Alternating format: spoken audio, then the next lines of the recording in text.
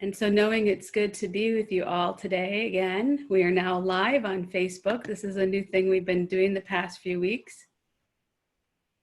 And it has taken over my whole screen. So let me get back here. Here we are. Children of God. We're talking about how we are a child of God today. And we're on the quest journey, and we're on chapter 30. And the quest this week has us talking about being children of God. Each one of us is a human child of a divine parent. Each one of us in this room and on this planet is a child of God.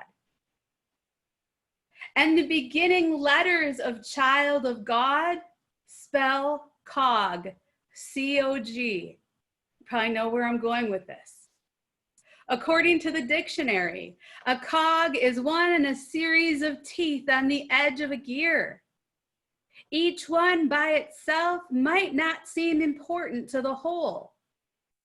And yet, if one of those teeth is missing or is worn down, the machine will eventually not be working at optimum levels.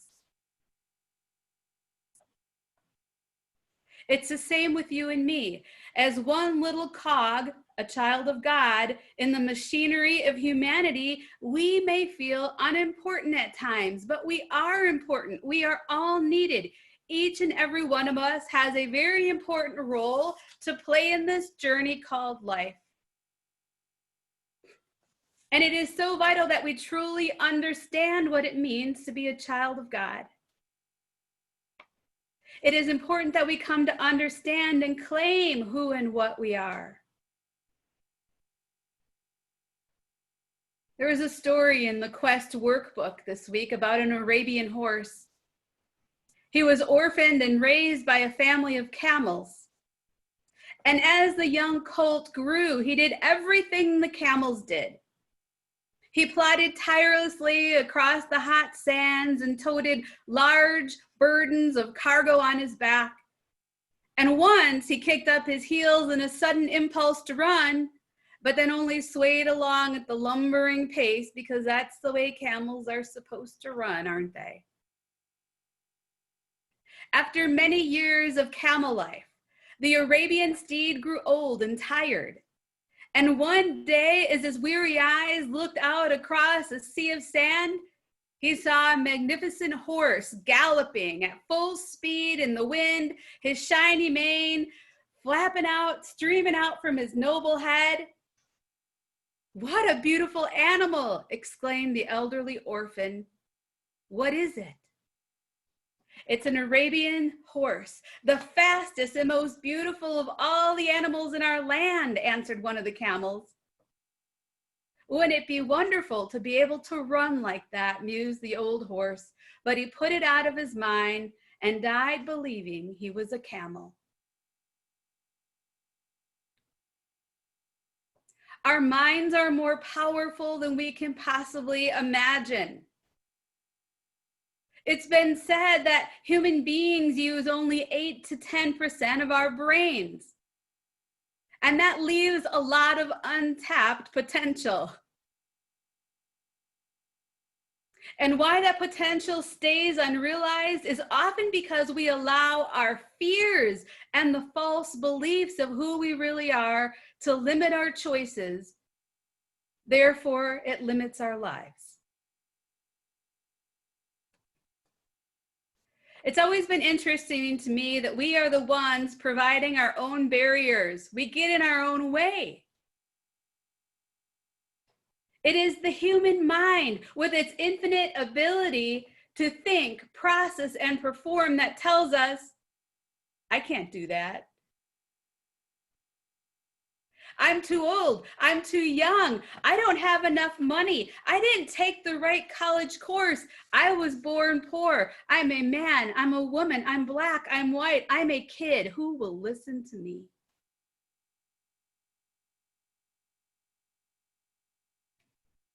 This incredible mind that can think us through anything is the very same mind that is sabotaging us with a barrage of excuses as to why we can't do something. When we remember who we really are, a beloved child of a loving God, there is no room for excuses. There's no reason for us to think ourselves into being a camel when we were born to be an Arabian steed. Richard Bach wrote the book Illusions, and he said, argue for your limitations and you get to keep them. We can argue for our limitations. We can stay attached to our stories, but the truth is that within our minds, there is room for a new idea, for a miracle to take seed, for higher workings of God's law.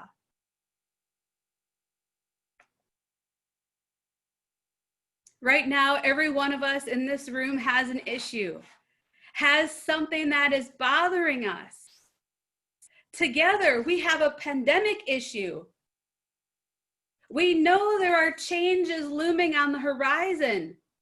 Something with our finances, perhaps, a relationship, our job. There is something going on for every one of us that is causing what I refer to as divine discontent.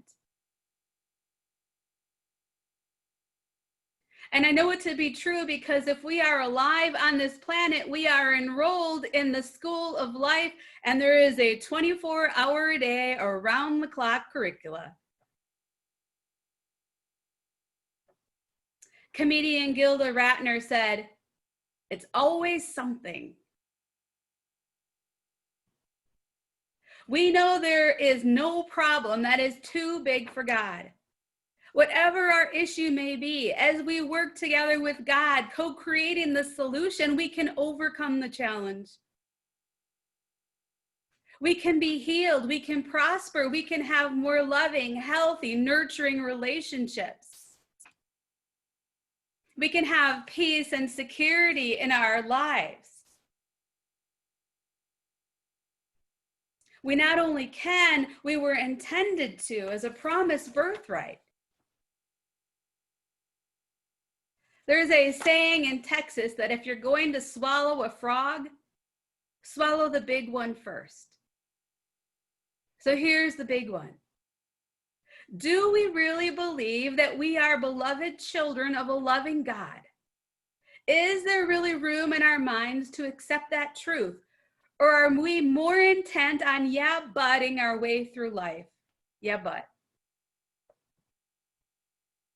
Have you ever had the yeah, but experience with someone? Yeah, but. I've had it with myself on occasion. There are 99 reasons why I can do something. And my ego kicks in and says, yeah, but you've never done that before. Do you really think you can? And I answer, yes, I do. And there's 99 reasons why I can succeed. And the voice comes back saying, yeah, but don't you remember you tried something like that before? You failed before and it could happen again. There is nothing like a good case of the yeah buts to keep us stuck in our fears and stuck in our stories. There's nothing like a good case of the yeah buts to give us spiritual amnesia so we forget who we are.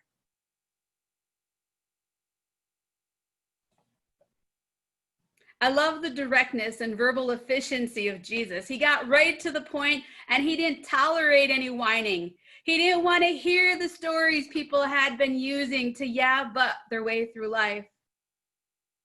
He got straight into it. He demanded to know, can you believe? Do you want to be healed?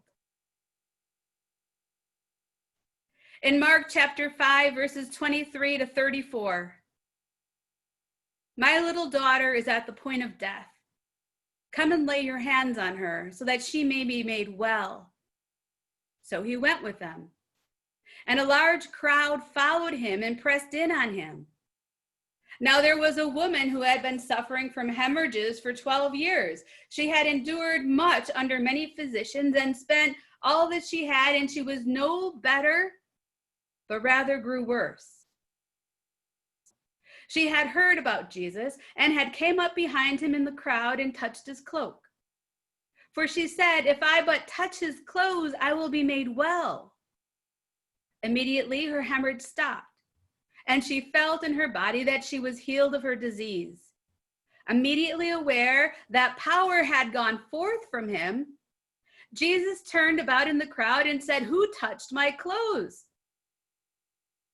And his disciples said to him, "You see the crowd pressing in on you? How can you say, 'Who touched me?'" And he looked all around to see who had done it. But the woman, knowing what had happened to her, came in fear, trembling, fell down before him and told him the whole truth.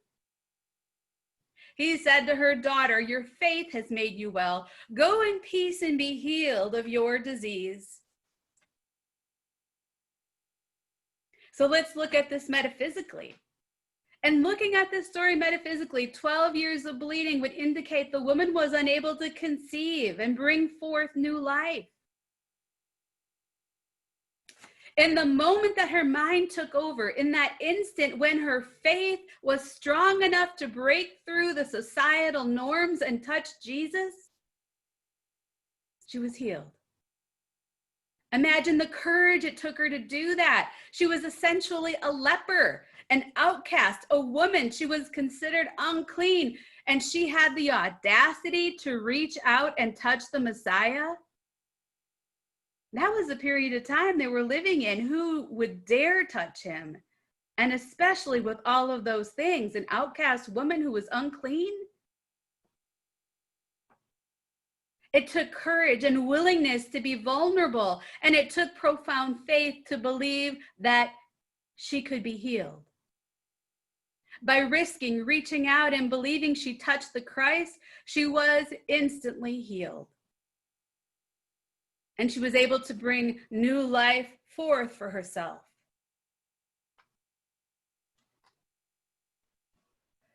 Elizabeth Sand Turner wrote the book, Your Hope of Glory, about the life teachings of Jesus metaphysically interpreted. And in it, she writes about the miracles performed by Jesus and says this: metaphysically, a miracle is explained as being the outcome of man's obedience to divine law. Jesus gave his whole attention to God, and this established a union with the creative life within him. He had dominion over all conditions and asserted the authority that was given to man in the beginning. And here's the good news. Jesus is quoted in the Gospel of John as telling us, "Truly, truly, I say unto you, he who believes in me, the works that I do, then even greater shall he do." The operative word in that sentence is believe. Do we believe, or do we, with our own thinking, sabotage ourselves and our potential? We have the power in our minds to believe that we can or that we cannot. To believe that we are children of God or lowly victims to life, and we have the power to create, as Jesus said we could, the everyday miracles in our lives.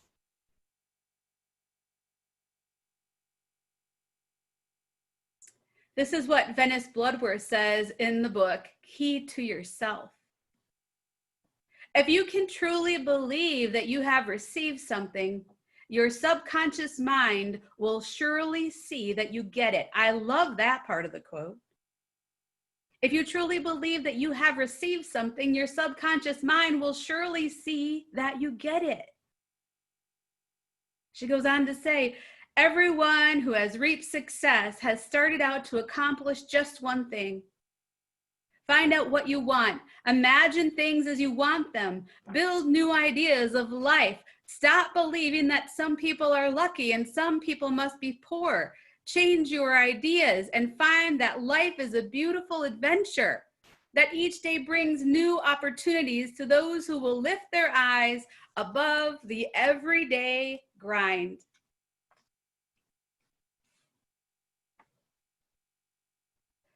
And Marianne Williamson's wonderful quote says, "It's not our darkness that we fear, but our light." And that's a great insight. And I believe she's onto something. We fear more our success than our failures. We have conditioned ourselves to failure, but succeeding, attaining our potential, fulfilling our destiny, performing miracles more extraordinary than the Christ, that's scary stuff.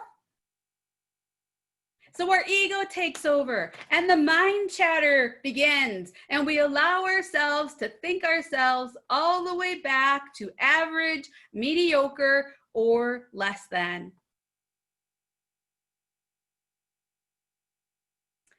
One of my favorite quotes is by Sig Paulson, and I'm going to share that with you. Rich, wonderful, unlimited life, to whom does God give it? Only to those delightful ones with the audacity to live it. And don't you love that word, audacity? It means boldness, fearlessness, imprudent, daring. It's a great word and a great quote. Rich, unlimited life, to whom does God give it? Only to those delightful ones with the audacity to live it. We can grab life by the tail and live it if we know who we are. That we are children of God, born to succeed, born to be peaceful and happy, healthy and prosperous. We were born to have loving relationships. We are told in the Bible that Jesus came that we may have life and have it abundantly. And I believe we are meant to live rich, wonderful, unlimited lives. I believe we were born into them. It's up to us to decide if we have the audacity to live that way. We are told in Genesis that we are made in the image and after the likeness of God. Just as we humanly carry the genes of our earthly parents, we are promised in the Bible that we also bear the characteristics of our divine parent. The difference is that we may not carry all the characteristics of our human parents. They may be tall and we may be short. They may have blue eyes and ours may be brown. Our hair may be different colors and our personalities may be polar opposite. But in the case of our divine inheritance, we inherit everything. Nothing is denied us. God is love and so are we. God is wholeness. We too are whole.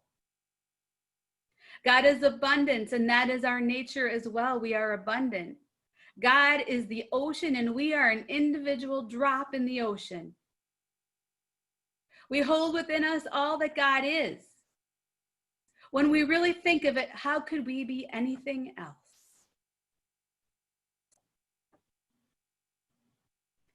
Any time we spend with our divine parent is precious time. In Psalm 46:10, we are told, "Be still and know that I am God."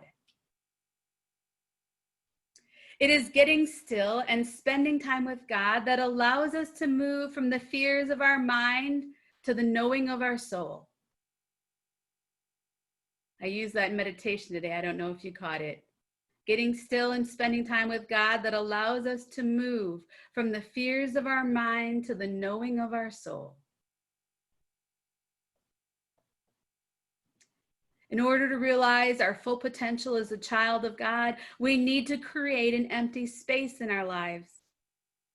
We need to intentionally still our minds so that divine wisdom can fill that empty space and guide us to what is God's will for us.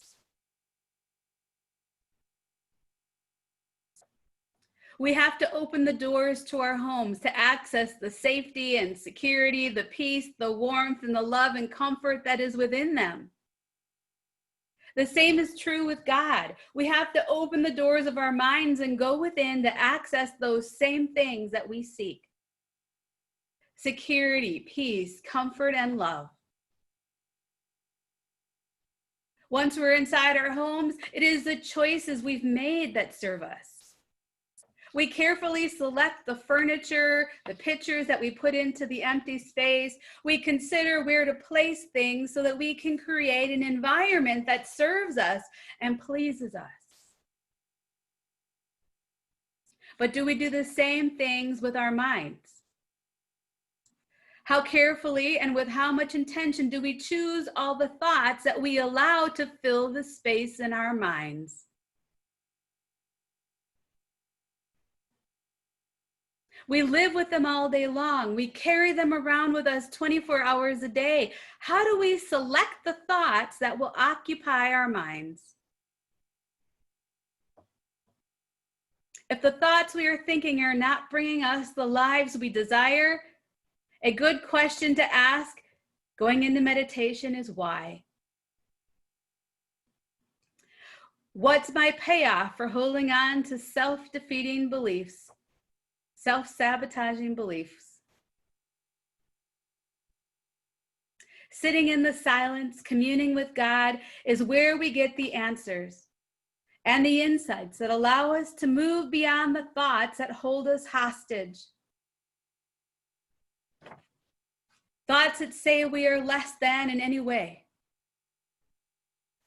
Being still in the presence of God allows us to let go of old thought patterns and begin grasping onto new thoughts that will change us at depth.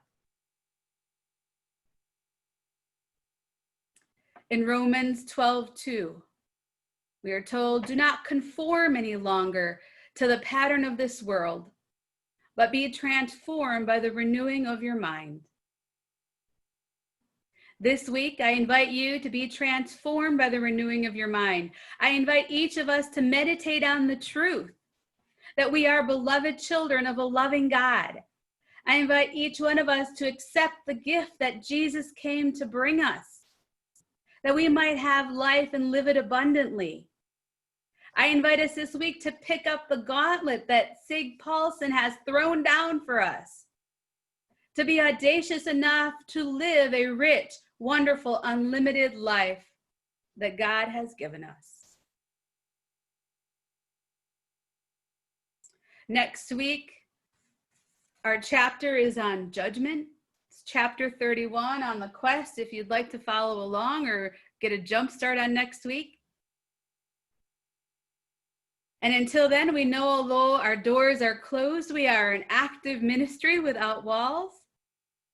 We believe in tithing to where we are spiritually fed. So if you are being spiritually fed by Unity of Springfield, we invite you to join us in tithing in this way.